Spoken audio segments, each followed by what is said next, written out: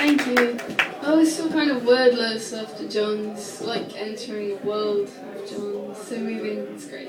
And now we have Fatima, who's new to Stir, so welcome.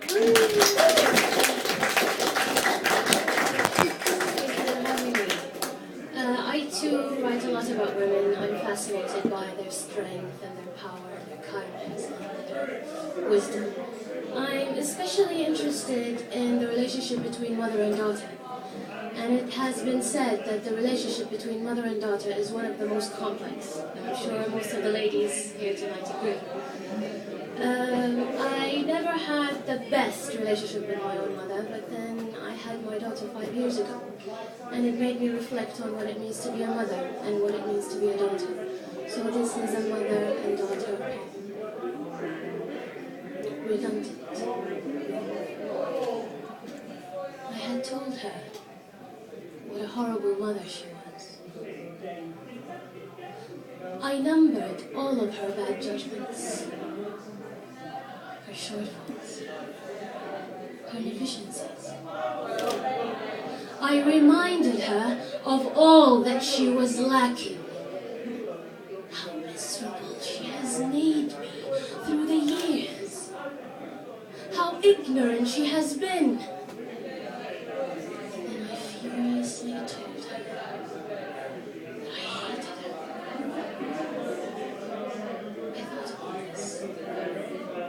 When they placed you into my arms, the very first time, surrounded by smiling faces, I whispered into your ear, I'm the only one who knew you before you were born. I thought about this.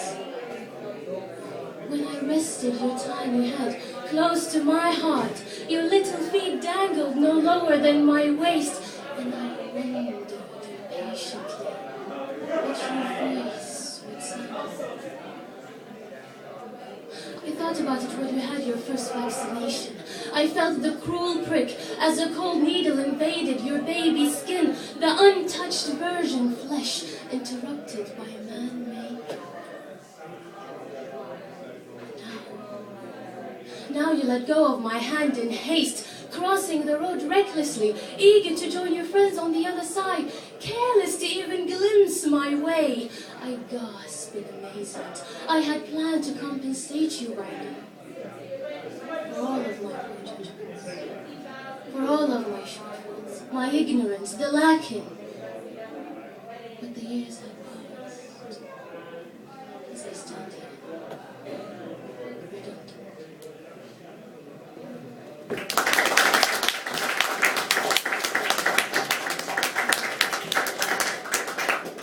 I'm going to read one more, and this one's called The Woman.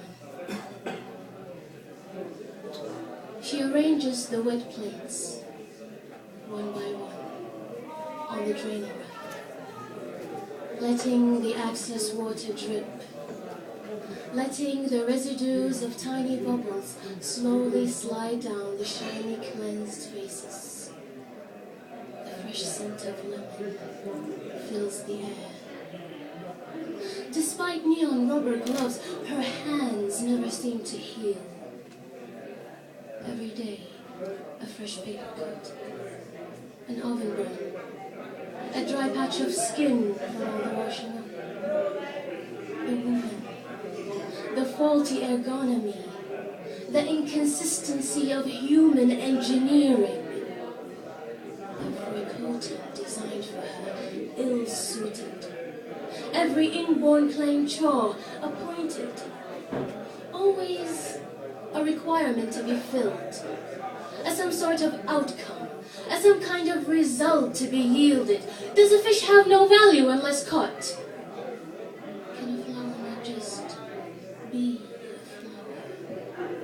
Unless a certain color, a certain size, plucked, thorn-shaped, displayed on vases, smothered, torn, dried, pressed against the framed glass, exhibited. And then she looks at him with awe and says, you are my inspiration. The act of drawing air into the lung. Isn't it a wonder that he's always swept her under the rug, stifled her to silence, never thought one day words could rebel against their muse?